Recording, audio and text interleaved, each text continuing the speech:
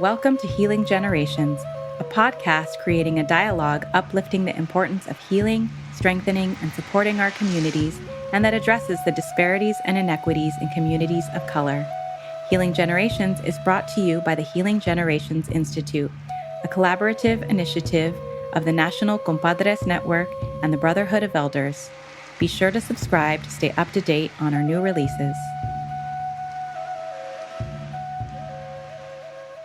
Buenas, this is Cisco Gallardo with the Healing Generations podcast, Yelder edition. I want to say what's up to my gente. I want to thank you again for tuning in and doing what you can to share the word about this healing movement. I think it's important that each of us, take time to think and reflect on our individual healing, but maybe those within our own family. We believe that if you heal, we all heal. It's that important, It's not just about yourself, but it definitely is about that collective, about our community, our familia. Before we get going, we always want to make sure we ask that permission and acknowledge the four directions. So I want to ask you all if you could take the time to just take in a deep breath, blow it out. I want you to think about all the beauty of just life itself. I want you to face that east direction, to the direction of the men. All the men in our life, we want to acknowledge them. Our grandfathers, our fathers, our sons, our nephews, our brothers, even our homies, our tios, our hood tios. We want to recognize each and every one of them, all the blessings, all the things that they've been through, because that's helped shape our community, our family. And we want the best for them. We want to acknowledge all the beauty that they bring to the world. It's important. As we turn to the left and as we're turning, we're thinking about all our LGBTQ relatives and all the beauty that they bring and all the things that they have to go through. Hopefully the next generation is going to be that much better. As we face that west direction, we think about all the women in our lives, our grandmothers, our mothers, our daughters, our granddaughters, our nieces, our homegirls, our coworkers, our partners, all the things that they've been through. We want to think about them. We want to think about how resilient they are, how beautiful they are in those ways, And we want to acknowledge the traumas that they face. And remember them and bring them into space with us. Turn left again and you face that north direction. And we want to think about all our ancestors, all the things that they've been through, all the fights that they had for survival, to thrive, all those different things, And we want to think about our elders.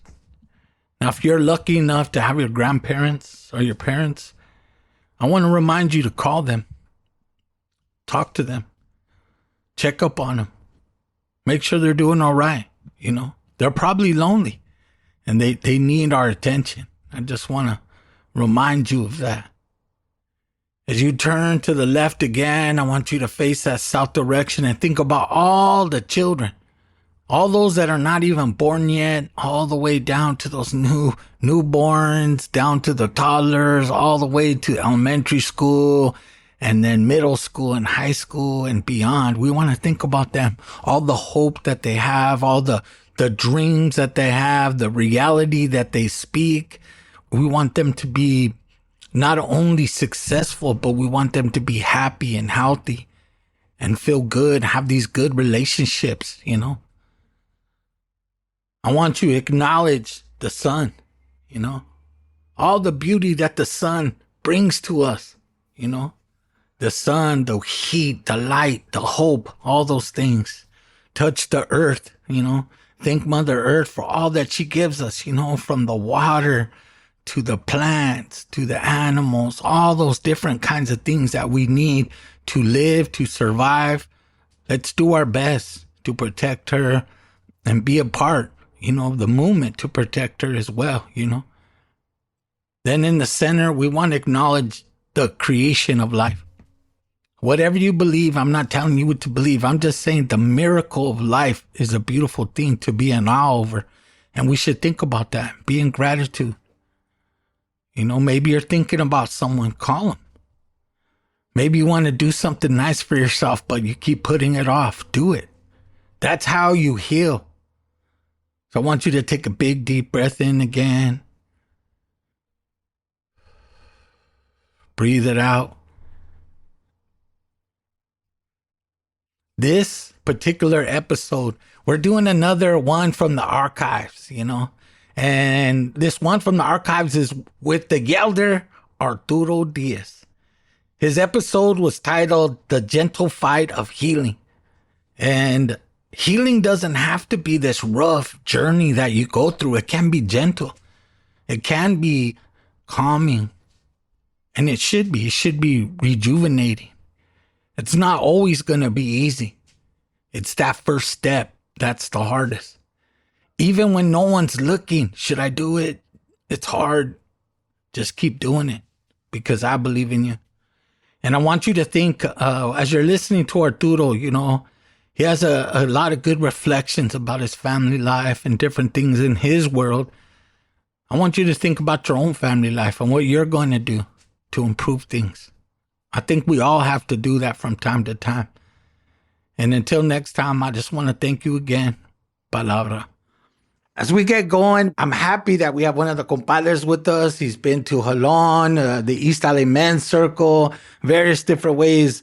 I want to invite Arturo to introduce himself. And can you tell us a little bit about yourself, your family, your background, and your journey up to this point?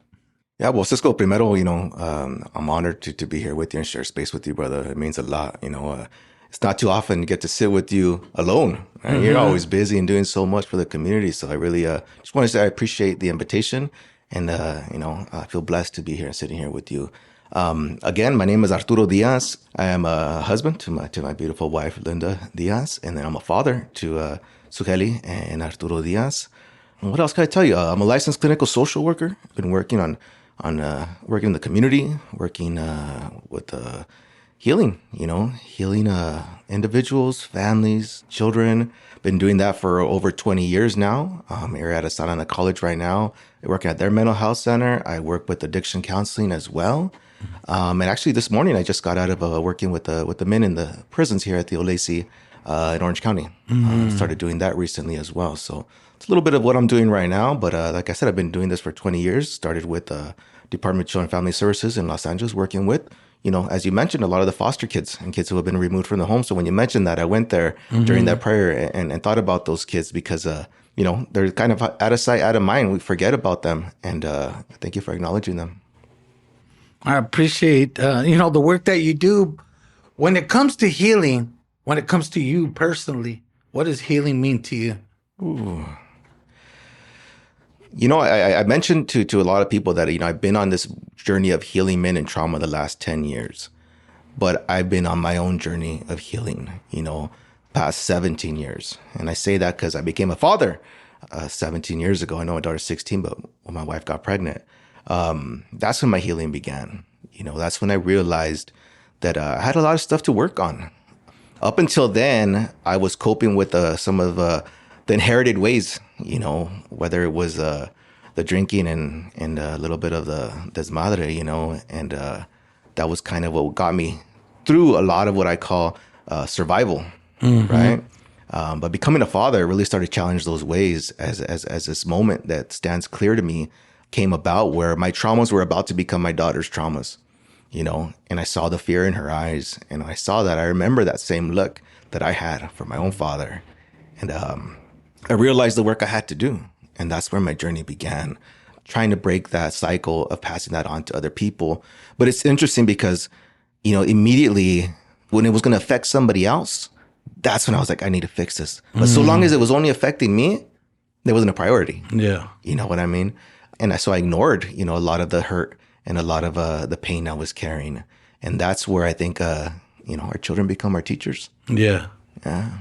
So in your work, you came to this realization, learning about how the mind works, how the mind does acceptance, all these different emotions that come into play. What are the lessons that you learned from your culture, your family, and experiences along the way that helped you in your healing?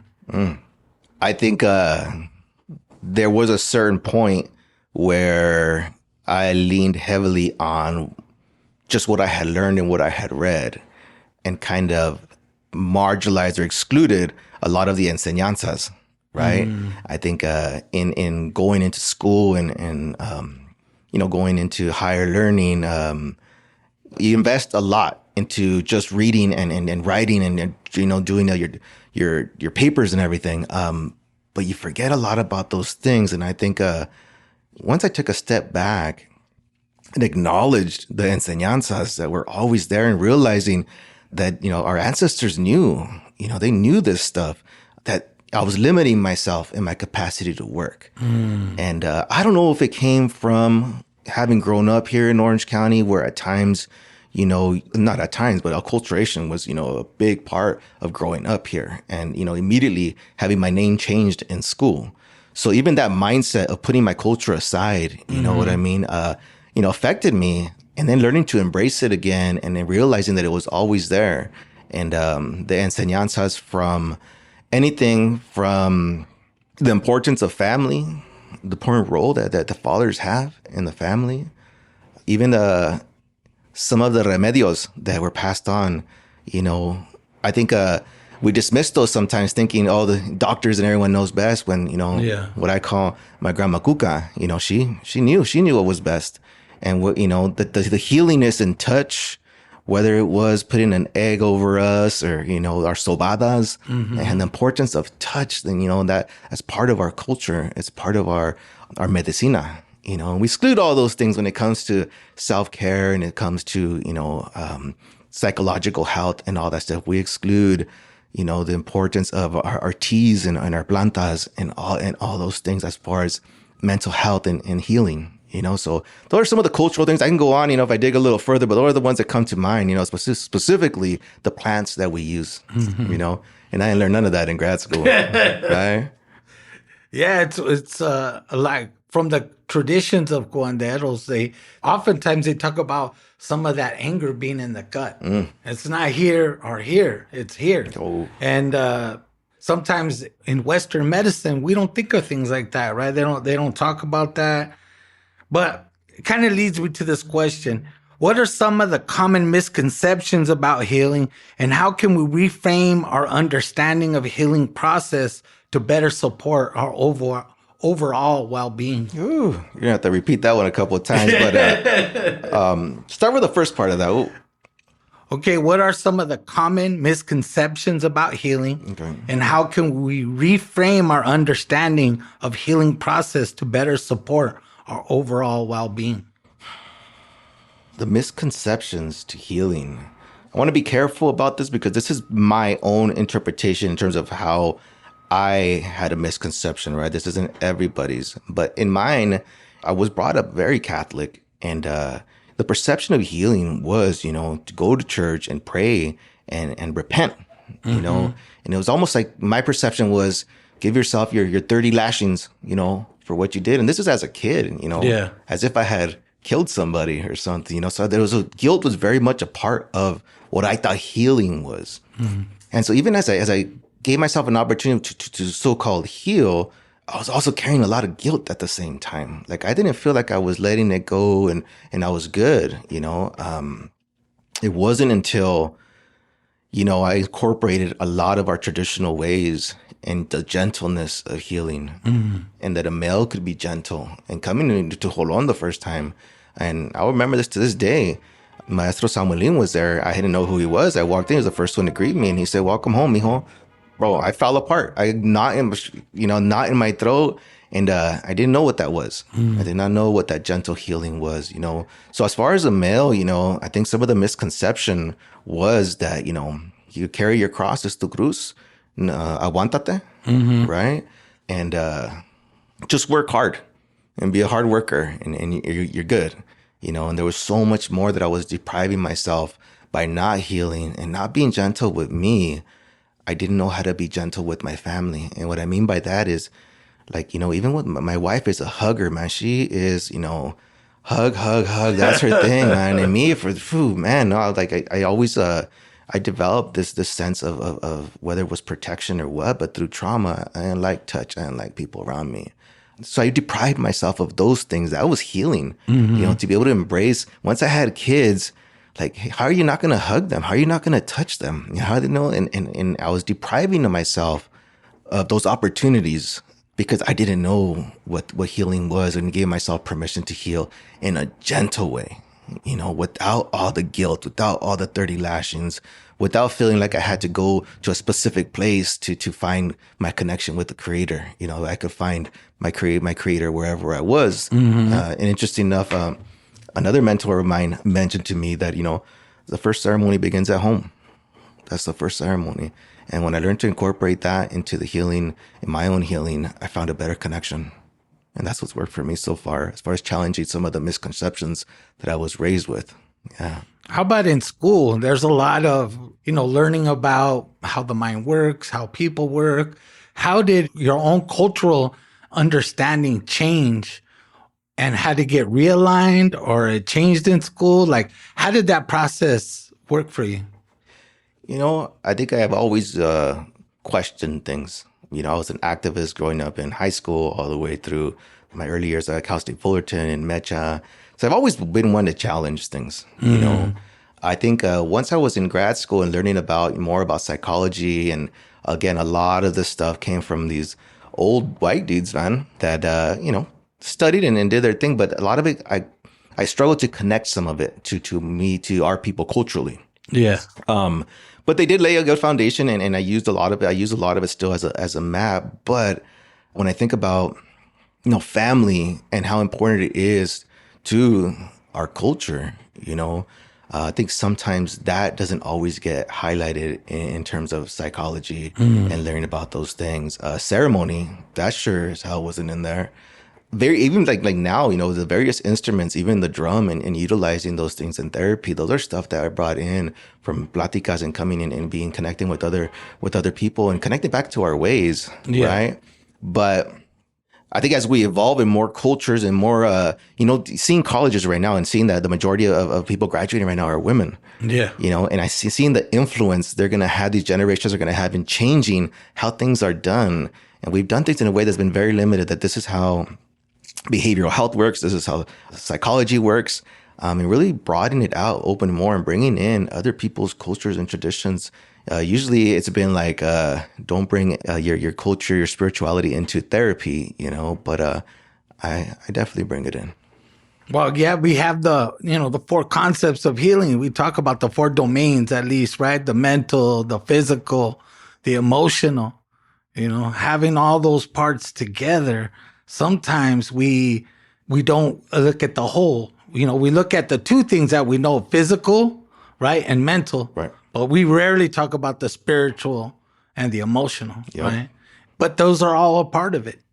Brother, even up until recently, even the physical and the emotional, psychological were separate. Like, you go to a doctor's office, they weren't asking you about your psychological health, And when I first started in this field, we screened for some of the biological, but I'll send you to your doctor first. And that's kind of the doctor's business. And I'll kind of work on the emotional health. And it wasn't until I'd probably say the past 10 years that we really started looking at combining those 2 together. But you're right, we haven't even included the spiritual and the emotional. And even the way I look at spirituality, it's not just the process of you're praying to God or something like that. It's more of what fills your spirit up.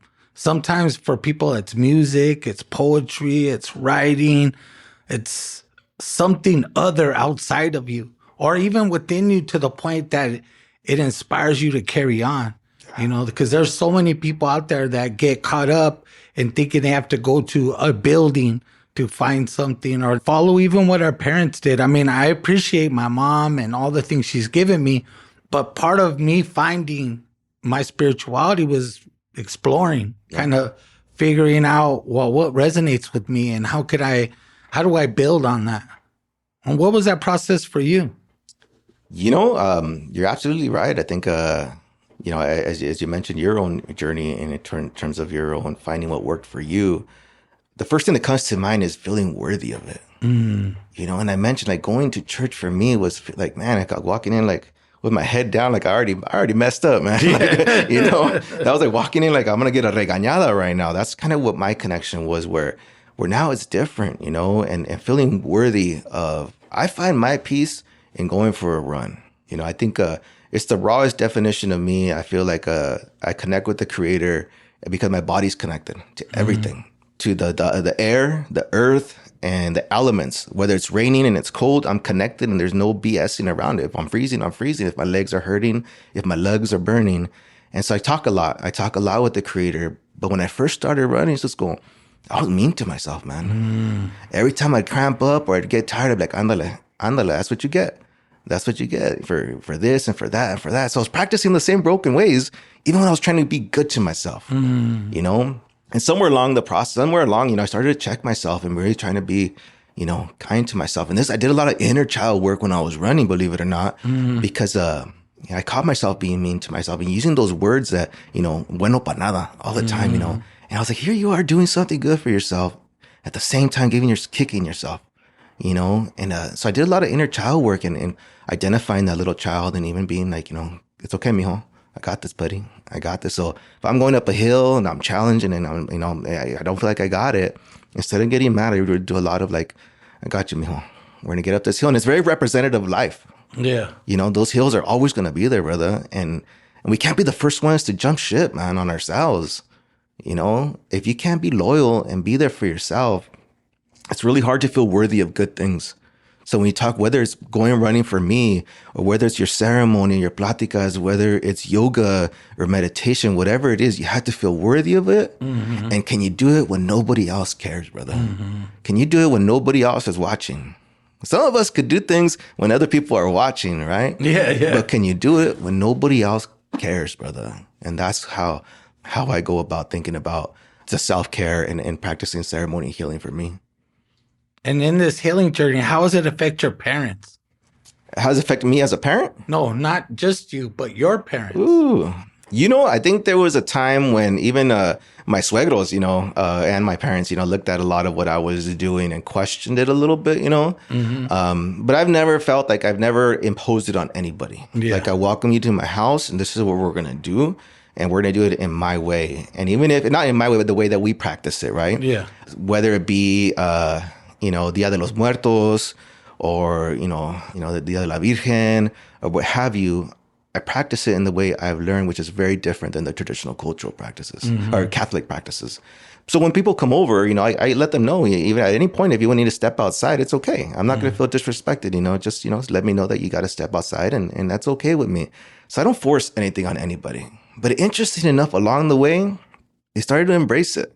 Yeah. And not because they didn't know these things, but because they knew about it and weren't allowed to practice it. That's something that comes to mind. I don't know if it's for sure, but I know it's not new. Having grown up in Mexico, I'm sure they were exposed to it at some point, some type of it. But not being able to embrace it or learning to reject it was also very embedded in them. So when they see what we're doing, and it's good, whatever religion it is, when you get a feel, and if it's good for you and it feels good, then it's all right to practice. Yeah. Sometimes we get the feeling like, no, if that's not your religion, that's evil. Stay away. And I say, man, think about how you're limiting the connection with other people just because you don't agree or just because you don't know their practices or you weren't introduced to their practices, right? So, I think it's influenced my parents, my mom more so, to find a peace in what we're doing. And I think she's learned that, I think it helps her. I think it put a smile to her face knowing that we do have a spiritual background, regardless if it's the same or not, but that she embedded the importance of having a spiritual background. That's super important. I think my parents always told me, my dad in particular, he always told me, you're mestizo, you have this side of you and this side of you. One practices this way, one practices that way. And I feel like for me, he always left the door open. You could choose where you want to go. You don't even have to pick if you don't want to, but this is one of those things where if you want to explore it, you can. And I felt like for me, it was very critical.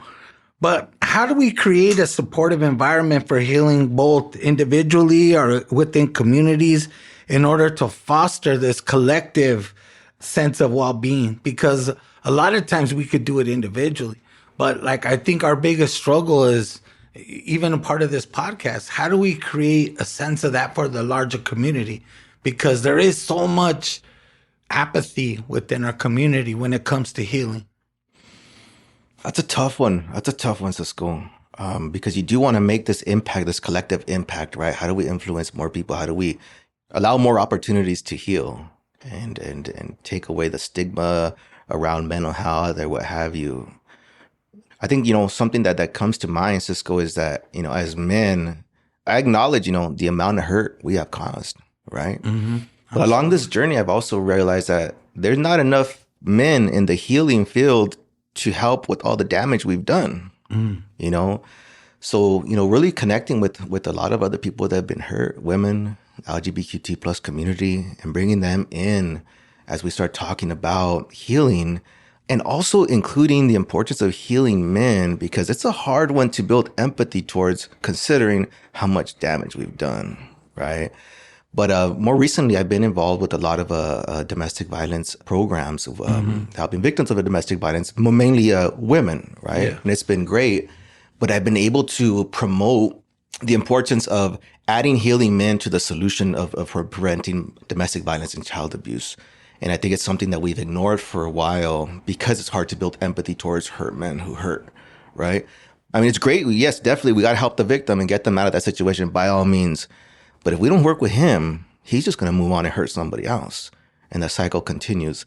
So starting these pláticas, I've been invited to present and talk with staff and been part of their trainings, their domestic, the DVAC trainings, their 40-hour DVAC trainings. They've included me into it now, where I'm talking to a lot of people who are working with victims, but I'm hoping to plant the seed that, hey, we need more people to help because there's not enough men in the healing field to help men who have been hurt, which means asking women who've been victims or asking victims to sometimes work on their healing so that hopefully at some point they're willing to look at these broken men as maybe their brothers, who were hurt and didn't have a choice in it.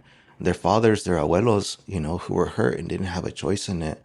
So I mention that because it's really hard to get men to go into a healing field or to get men to start healing, right? Somos bien necios, man.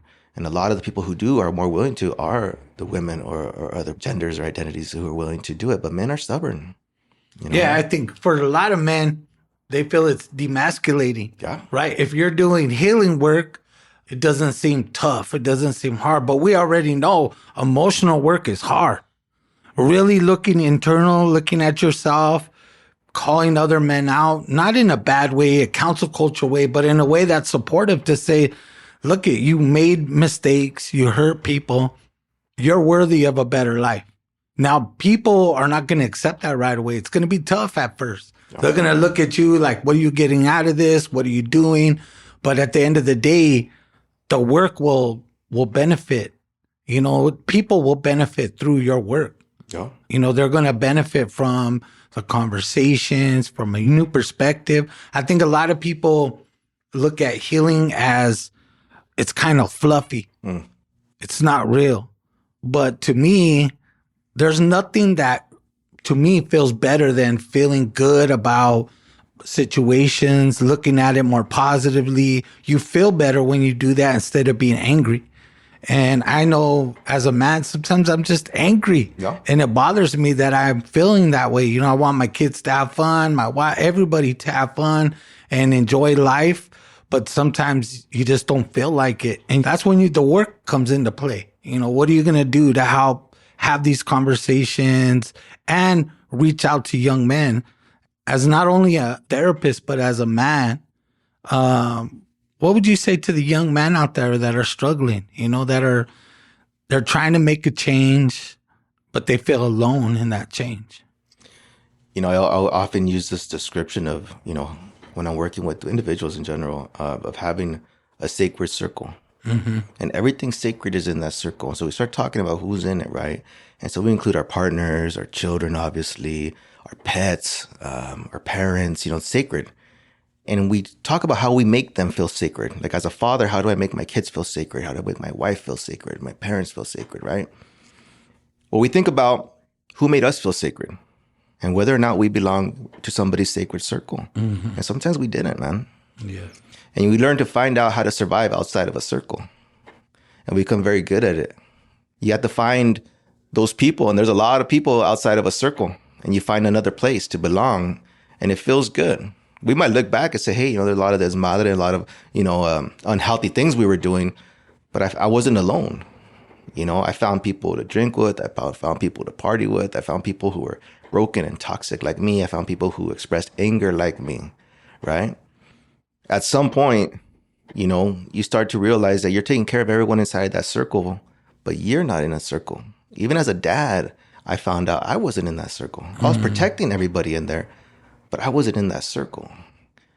Making the choice to go into the circle, it's a difficult decision because it does mean cutting ties with a lot of stuff that you're just good at.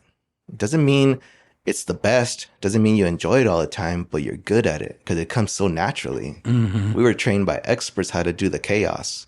Absolutely. But now you want, well, go for it, brother. No, I was going to say that chaos is a lot of people feel comfortable there. Right. So going, talking to these young men, I talk about, sometimes leaving that, it's going to feel lonely too, going into that sacred circle, but there's no consequences to it. It's a little different in the sense of like, man, I could be hanging out. I'll give you an example. There was a Laker game this weekend, right? And, I was at home and watching it by myself. There was no one to high five or anything like that, So it was a little bit lonely where I know where I could have gone. Yeah. And I know what that could have led to. And most likely I would have been coming home at 1:00 in the morning, So making that decision to go into that sacred space, it makes making a lot of changes, but it's one when you feel worthy of it. And so this is a good, healthy place for me. Another thing is, unfortunately, sometimes we're like, man, I hope just somebody's going to come in and rescue me and someone's going to come in and fix this for me. Everything's just going to get fixed on its own. And I was like that too. Like someday someone's going to reach out their hand, it'd be nice, but it doesn't always happen like that. And when I went to Jolon, I went there by myself. I didn't know anybody. I just found it, saw it, registered for it, and made that leap, man. And the whole drive there, I was nervous, Wow. Until I got there. And I was like, we're already talking about a 35-year-old man at the time, still nervous and scared about making those changes and what was about to happen. I say also, don't be afraid, find a good mentor, find a good elder, find somebody, I say, oftentimes we invite people even to the East LA men's circle and people still aren't ready, and that's all right. I get it. But there's mentors, there's people to connect you all around. But if you don't feel worthy of it, you're going to be really good at dismissing it and be like, next time, or I got other plans and all this other stuff. But I think these pláticas, seeing, men connect in this way, such an authentic way, sober, the way we do in our círculos and stuff like that. I think, these podcasts and what you guys are doing now and being more creative and finding out how best to connect with people, all this is going to make a difference. I think the hardest part of school for me is that because we're working with so much damage that we've done and all these broken ways and all this hurt, sometimes it feels like we're always going uphill, and we're like, when are we going to make this bigger impact? But I think this is part of it. It has to be this way. But hopefully, whether it be, the way we're raising our kids and that generational impact, sometimes that's something that it's a big change already in of its own.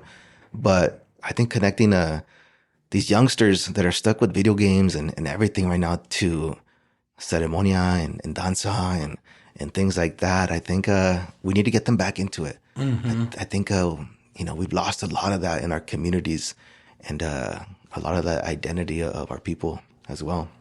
Yeah, we need to make our culture fun. I mean, Absolutely. It is fun in some ways, but sometimes it feels like, and I think the young people, when they get into it and can have roles within it, all of a sudden become ingrained in it because they're going to be the teachers. But let's go back a little bit to when you first went to the retiro, because that's very interesting to me that you went on your own, because I know a lot of men who can't even go to the movies by themselves. Let's be honest.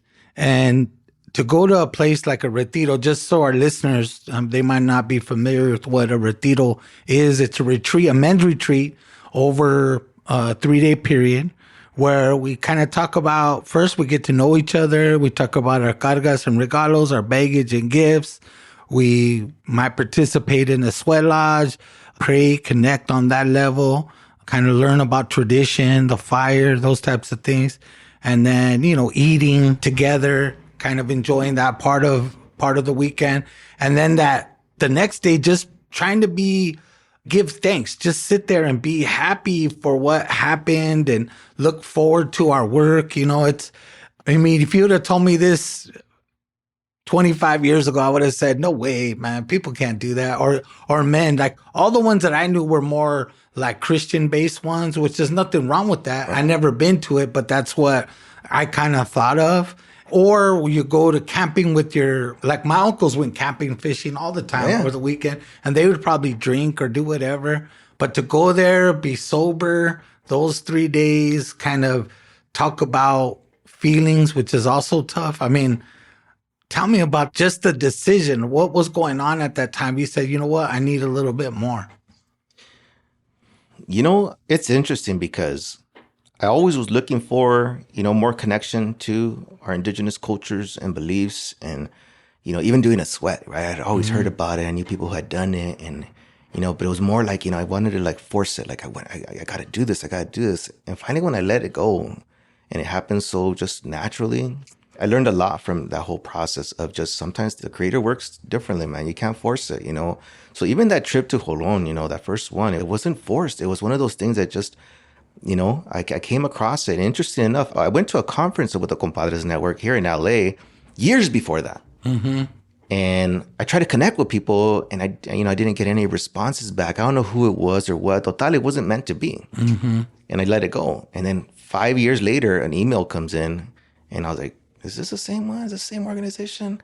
And during that conference, I was exposed to a lot of, the drum and everything again, seeing Chicanos talk. And I was like, hey, man, this feels good, man. But again, I let it go. And now at this point, now I was a father. At the conference, I wasn't a father yet, but I became a father. And really seeing how anger was affecting, anger was my go-to or just shutting down, even communication. So I told my wife, I was going to go on this thing. And me and my wife at the time weren't ones to really do things without one another. She was on board. And I think her support gave me the green light. She was actually like really pushing like, hey, you should go to this without even knowing much about it. All she knew was a men's conference. And she pushed me to go and gave me the green light. So, drove that whole drive. There's a good amount of time to think on the way up there, right? Being in Jolon to me, I went in as a therapist. I kind of normalized it because I was like, I'm a therapist. Let me go up there and get some tools that might help my clients. Yeah. That's kind of the perspective I took on it. Mm-hmm. But man, was I surprised that I was there for me. And I didn't realize it completely till I was there and opened up and just listened. And just listened and saw adult men open up and cry and talk about their mistakes. And that was my first year. Right. And I've continued to go since then. And I even took my son this last year for his first retiro. And it was, to me, I used it as a rite of passage for him, But it was even more healing, brother, when I saw him go through that. Like for me as a dad, it was just so, one, reinforcing. And two, sometimes we neglect to say we're doing a good job, man. Yeah. And we deprive ourselves, say, hey, you did this, man. Like you brought your son here. Not only did you have your son, but you brought him to something beautiful, and to see how he was impacted by it. We still talk about it to this day, and our plan is to go again this year. But to see now that the generational healing, we're always talking about generational trauma, which is important. But now looking at generational healing for the first time in my family, I still get choked up, brother, thinking about that moment for him. Yeah, it's a big step, right? Bringing your son. Just the other day, one of the compadres brought his son over to the East LA Men's Circle, and it was beautiful. I got a chance to bless him off, kind of welcome him in. In Denver, that's what we do. Every time somebody, man or child, anybody comes in, we're after their first circle, we're gonna bless him off and talk to him a little bit. And it was so good to see his son there, kind of just hanging out, kind of absorbing it. All these men telling him, hey, you're my nephew now. And look at me like an uncle. If you need our help, we're here for you. Because the people in my community, they were veteranos, but not the kind of elders that I typically needed. They were the kind of things they were going to show me. Not that all of it was bad, but a lot of it was based on like this false sense of manhood, all these different things that we kind of grow up with culturally, how we survive, those types of things, Healing is one of those things where we rarely talk about. In most cultures, we don't really talk about healing, especially when it comes to men. Yeah. They let the feelings come through the women. And I think as men, like even sometimes some of the men that really need it the most have a hard time showing up, that first time. And I remember you at many different retiros, but, always having your journal. Thinking, I don't have discipline to journal. I'm not a journal type guy, but I still appreciate that you could capture those feelings and reflect back. And when you do look back at your journals, what do you do with that information? I mean, how do you put it to work for you as one of your tools for healing? That's the way I look at it. Yeah. A lot of what I do is even just writing down people's names and acknowledging their hurt, even just to pray for them later on that day or something like that. Someone that I didn't even know, right? But I think journaling slows it down for me, slows everything down because I mentioned, having been a victim of trauma, I'm always brother. And it's hard for me to sit and really like take everything in. And everything seems like a blur sometimes. And those are the moments when I want to slow it down. Like I want to slow it down. And as much as I miss my family when I'm on the retiro, I want it to go slow. I don't want it to fly by, And writing grounds me a little bit. I don't write too much, but when I do go to sacred things, I brought my notebook today, those are the moments where it's those acts of feeling worthy, brother. It's not just one thing. It's multiple acts of feeling worthy when no one else cares, right? No one knows what you're writing. No one knows what's in there, but it's mine. And then I get to go back to those moments, especially when like you said, when I'm tired, when I'm not feeling too good, when I'm being challenged, and I'm able to open that up and lessons that the elders say are in there, because I'm like, I'm gonna remember that. I'm gonna remember that. That sounds really good, but I forget it. Yeah. But taking the time to write it makes it meaningful, because of importancia. Because these are books that I hope, as I talk to my kids and as I share what I learn, I want to, use the words that the elders are using and not just my interpretation of it, So that's a little bit of, how journaling helps me and writing those down. I wish I would do it more than I do. But I think it's just another example of feeling worthy enough to do something good for yourself as far as even journaling. I'm not going to be a publisher, sure. I'm not going to make a book out of it. It's just me, Yeah. And I write poetry too, brother. So, I put my stuff in there too. I get, somebody says something that sticks and I'll just kind of start writing a little bit. But it's interesting because I could still stay grounded and listen while someone else is talking while I'm journaling or even writing poetry. A little bit of a skill, I guess.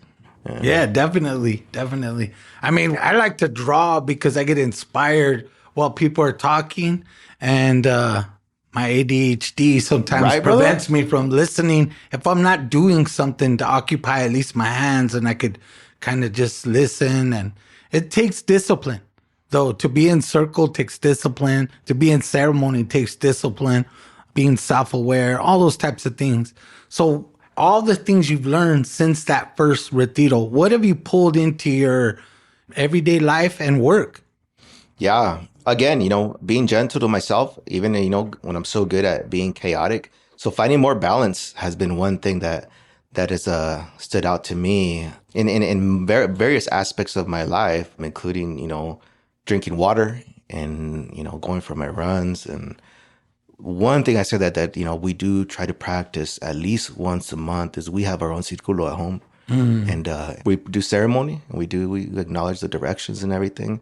But during that, I have found comfort in being able to apologize to my kids and to my wife for anything that day or that week. Maybe I overreacted, or I didn't give my son a chance to explain himself, or, I acted out in anger or impulsivity. But being comfortable with apologizing, that's something that men don't really do, or I wasn't exposed to too much. So allowing my kids to see me be vulnerable, to acknowledge and hold myself accountable in a kind way. You know what I mean? And allowing them to feather me down and kind of acknowledge, my pain or my mistake, and even finding a sense of forgiveness in it. Sometimes it does, and sometimes they got to hold on to their anger about me. That's all right, you know. Yeah, definitely. But I'm acknowledging. So that's something that's definitely continued along.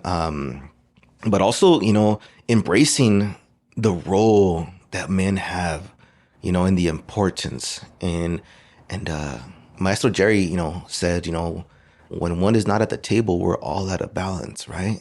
And recently I talked about that, and I talked about how as men, we found a way to remove ourselves from the table, you know? And in doing so, we thought, I'll get my own table. And this table, I'll eat as much as I want. I'll treat anyone however the hell I want, and I'll never get enough, right? That wasn't the table, though. And it's through my wife, you know, really working on helping me feel, you know, worthy again. And through ceremonia and through, you know, these practices, finding a place at the table and honoring it and saying, we men need to be here. We need to be here. We need to be healing. We need to be in touch with our emotions. We need to learn from our women and how they express themselves and challenge those roles of aguántate and don't express your feelings. So all of that has come out of, you know, having been exposed to ceremonia and being exposed to healthy men doing good work. And it feels good, brother. It feels good when you could look at yourself in the mirror and not feel that guilt and that shame that comes with trauma all the time, oftentimes. But being able to look at yourself and be proud. I have my moments, don't get me wrong. But, you know, when I do good things or I'm at the table in a good way and we do our ceremonia, I always feel good, brother. Always. So as, you know, through this journey, I'm sure you've had many role models in your life, you know, through various ways. But what's one male role model that kind of stuck with you when it comes to this healing journey, kind of reset you when you need it? Ooh, one, huh? We narrow it down to one, huh? Damn, brother. You know, a brother, Ernesto, who refuses to be called an elder, but a mentor. You know, he's older than me and very wise, but he's also a very compassionate man who's gone through a whole lot of battles of his own, you know. But anything from how he talks to my kids to the knowledge he's willing to teach and include me in has been beautiful. He checks in on me a lot. And it's interesting because it's not somebody I thought like, and when I met him, or even the multiple times I met him, that I thought, oh, you know, this is somebody who I didn't feel that connection to say, right? But again, this is how the lessons of this, for me and these teachings of, you don't force things, brother. You let things happen the way they're supposed to happen sometimes. And we developed this friendship, you know, and he's been in my house and met my family and everything. And he comes around and, you know, he's one of those people who could call me out too, you know, call me out on certain things. And I could appreciate that. He's also taken the time to, you know, include me in being a firekeeper for the first time. And I felt honored. And I say that because, you know, as we get older, I don't know. I didn't see, you know, that invitation coming. I don't know. I think sometimes, you know, I have my plans and I visualize what I want to do or, you know, how I want to do things. And that one kind of blindsided me, but it's meant a lot to me. It's meant a lot to me to be included. As a grown man, it still feels good. And it's almost like stuff that I wished maybe, you know, a father figure could have done. You know, little things, brother, just little things like, hey, let me teach you this really quick. Where my dad, man, you know, and I you know, I'm not, you know, I hate to be here, you know, just airing out, you know, saying, you know, all these negative things, because my dad was also had a lot of great qualities. But one of the things was, you know, his lack of patience. So, you know, he's a mechanic. And man, working on a car with him was, man, it was tough. It was brutal, man. Brutal, man. I love working on cars now, but there was a time when I didn't want to touch a car, you know. And when I work with other men, like, you know, he's doing some work at my house right now. And the dude's just cool as hell all the time. Even when things aren't working out right or we're stuck in a dilemma, he's always cool, always has his stuff. But he shares his lessons and his mistakes with me. And I appreciate it. And that's one that stands out right now. But man, brother, it's been multiple men, you know, have crossed my path and now crossing my son's path that just stand out, brother. They stand out, man. So, yeah, in Cisco, I'll be honest with you, brother. When, you're singing and when you share that medicine, man, and my son still, like today, this morning, he's like, are you going to be here when I get home? I said, no, I'm going to be with Cisco. And he's like, oh, he's like, tell him I said hi. So my son says hi, brother. That's beautiful. But you made an impact, on his life too. So just want to say thank you, brother. Thank you. I think a lot of men don't realize the impact they have on other men, even if you're just watching them. I love my dad. He had some shortcomings, but even though he passed away early, I feel like he gave me a little bit of what I needed, and I looked for it in other people. And sometimes I chose wrong. Sometimes I chose right. But there's one thing I always wanted to be, and I'm still working on this. I'm not quite there yet, but it's this idea of being a nurturer as a man.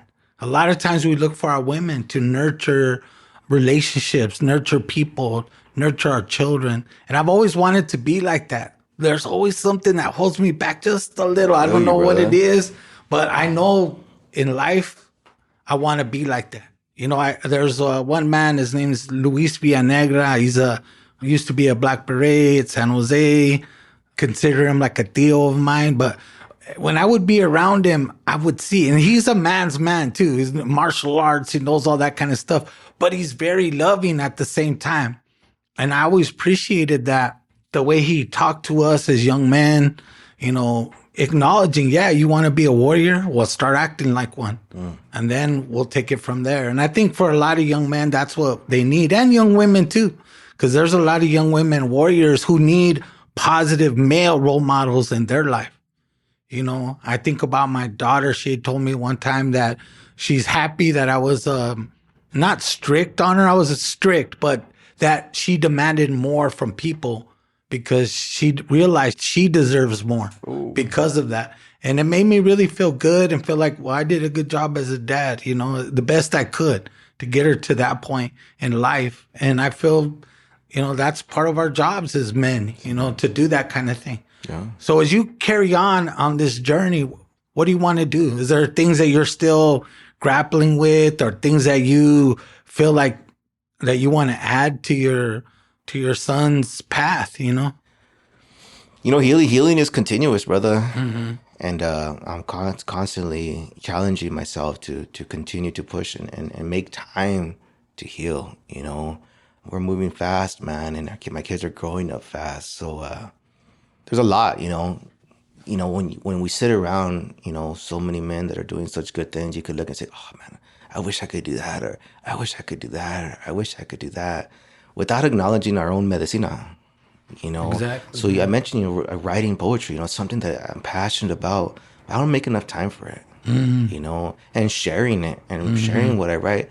That's my medicine. I know it's my medicine, but I'll focus on the things I can't do, or wish I could do, without acknowledging that those lessons will come. If it was meant to be, they're going to come, but the writing and the journal and the poetry is something I wish I could tap into more and access more as I write about my lessons, or even as a way to express my feelings in that gentle way, So even poetry is a very gentle way for me. It could be a very strong political way as well, but taking the time to write is gentle to me, that crosses my path.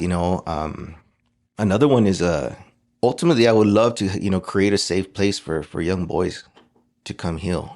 I think, our raza and our kids, they don't get to do all these summer camps and all this other stuff, right? They don't get that stuff, man. I remember my mom used to send me away to my cousin's house just to not be home over the summer, to be with all the local kids. But sharing these ways and opening up opportunities to have, camps and enseñanzas and things like that, it'd be beautiful to see. Even like a holon just for teenagers or adolescents to be able to find that place or have that place, those are some of the things that I look into the future and saying that, I have the capacity to influence some of that, whether it be through the own work I'm doing or working with other men, with the East LA Men's Circle or Compadres Network, in any way, if I could influence that. But what I do know is I'm not the same person I was when I was 20. I'm not the same person I was when I was 30. The same thing with spirituality. Spirituality is going to grow. And I'm at a place right now where I'm supposed to be, but I hope in 10 years I could look back and see growth, and see the changes, whatever way it may come. But, you know, I have a very supportive wife, and she's on the journey with me. And that makes a big deal because I want to look in 10 years and see how we are too, and see the influence all this has had on us as partners. I grew up with a divorced family, you know, and, you know, I want my kids to have the blessing of being able to have their grandchildren or my grandchildren, God willing, visit us together, seeing us together and have a safe place for them to come.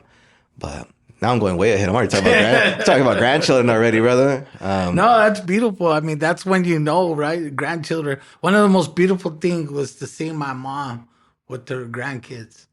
It was such a blessing just to watch her, you know, and then to have my own grandkids around is beautiful as well. And just the love that the cariño, you know, that is just beautiful beyond belief.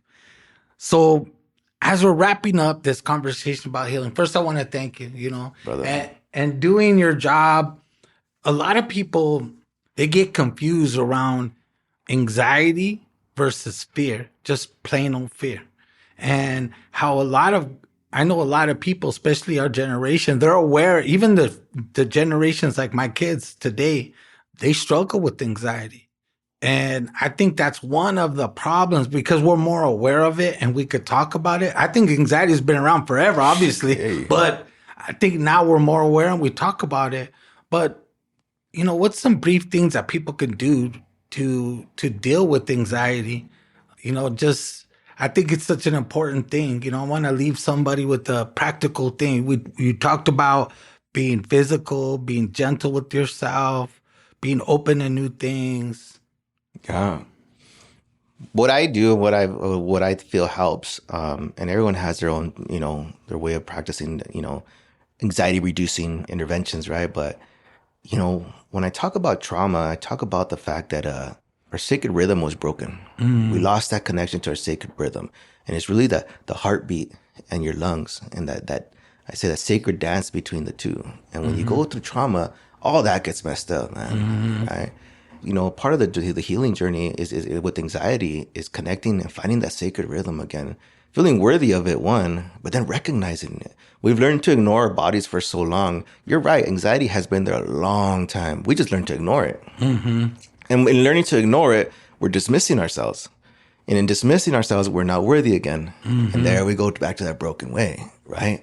But really acknowledging, you know, in the morning, you know, how your heart rate is. And throughout the day, slowing it down in that emotional regulator. So with me, I even use a drum, you know, to just ground myself, to bring it from here and bring it down. Brother, but all it takes is someone to cut me off for me to go right off back to my broken heart rate and I'm gone again, right? Yes. And really learning to connect with your body again. Running helps me because I can't ignore my body when I'm running. It's going to tell me everything, how it's feeling, everything. So it helped me tap into something I've learned to ignore. So what's going on with my body? Where am I feeling anxiety? How do I bring it down a little bit? Whether it be through yoga's huge, man. And I hate yoga, brother. All right. But it really is learning how to breathe through uncomfortability. It's, I'm going to put you in some horrible position and you got to breathe through it, brother. That's life, right? That's life. Learning how to breathe, but learning how to breathe right.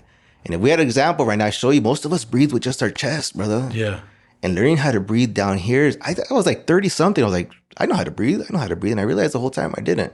Because as we were talking earlier, we carry a lot of emotion in our stomachs. And I learned to be tight all the time. Therefore, we're not breathing all the way. And we're expecting to function this way, you know? So anxiety could be healthy. Anxiety could tell you, hey, man, something's not right.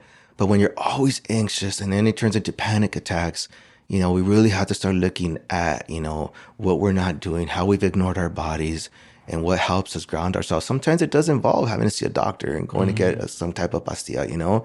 That's not my go-to, but I get it, man. I've suffered from anxiety myself and panic attacks. So I had to go. I've gone that way to where I have had to take pastillas, but I still get a refill to this day. I don't take them. They're just there. I need to know that they're there. Yeah, somehow that makes you feel good. Right. But everything else is just connecting my sacred rhythm and recognizing it. And that involves a lot of that inner child work and teaching that little kid like, hey, Mio, I got it.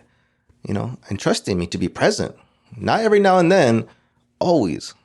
always. And that means even when I'm pissed off, I can't just bounce. So that trust has taken a long time and I'm still working on it. But that helps me bring down that anxiety a little bit. But it had to do with connecting to my body and realizing how much I was ignoring it. I really appreciate that. When you were saying that, like about that sacred rhythm, you know how like when little kids, you kind of soothe them by kind of patting them, make them feel good. My granddaughter does that to me. Hey. And it makes me feel so good because she just does it naturally. Like she's not trying to force it or nothing. She just wants me to feel good. Yeah. And it's beautiful. She's 5 years old. Brother. And both of them kind of do their twins, They both have their own ways of healing. Blessing. One's more of a jokester, one's more of that. But that's kids, it. That's kids. And again, kids being teachers, right? Yeah. And only because you mentioned it really quick. You want to learn a sacred breath? Watch a baby sleep. Watch a baby sleep. And you see that little tummy go from this and expands. And you realize we don't breathe like that. We breathe up here. Letting go of your stomach and relaxing those stomach, you should breathe like a baby. And so if you ever want to learn or see a sacred breath, watch a baby sleep. Yeah. That's a good one. Because there is that idea of we just kind of breathe. It's very shallow. We don't take that time. Things move a lot quicker than they used to. Feels like it, things definitely move a lot quicker. So I want to thank you. And I really appreciate, your candor, your just, being honest with us and with yourself, to go down this healing road. Is if anybody wants to learn anything about what you're doing or anything, how could they find you? That's the process I'm on right now. I just left my job after 18 years. Oh, wow. So, doing this, and really opening up other avenues for myself, I'm in that process right now. But I think, if they feel comfortable reaching out to you or just sending you a text or even a comment, I'd be, perfectly okay with you sharing my information. Okay. Yeah. I appreciate that. So I'll remind everybody, if you interested, again, making comments, learn about the show, I had a question for Arturo here, reach out. We're here to listen. And of course, maybe there's a story out there that we're unaware of that supports this healing journey that a lot of people are on. This is not just a men's show, even though we do a lot of men's work. A lot of our women in this stage, this is the Yelders edition, right? We're not quite elders. We're not quite youngsters anymore. We're in this middle ground. And sometimes we feel stuck, you know what I mean? So we kind of take it from that perspective. So I want to thank you again, appreciate you. And I'll leave you with the last word. Well, thank you for the space and this opportunity to be here today. As difficult as it is to be on the spotlight right here. Yeah. But like I said, when I got here, man, I'm honored to share space with you, brother, and this opportunity. And if this could help anybody else, I could leave here today knowing that, I feel fulfilled with being able to help in any capacity, But this is also an opportunity for me to also, again, acknowledge that through work and everything, I helped create this as well, this opportunity. It didn't just land here, it's through connection and meeting people and talking to people and feeling worthy. That played a role in my being here today. So I feel good too, man. So blessings to everybody that we connected with today. And the healing journey is continuous. And so, continue to give yourself opportunities to be good to yourself. I hope. Oh, till the next time, palabra. For more information about Healing Generations and the Healing Generations Institute, visit nationalcompadresnetwork.org and be sure to subscribe to stay up to date with our new releases.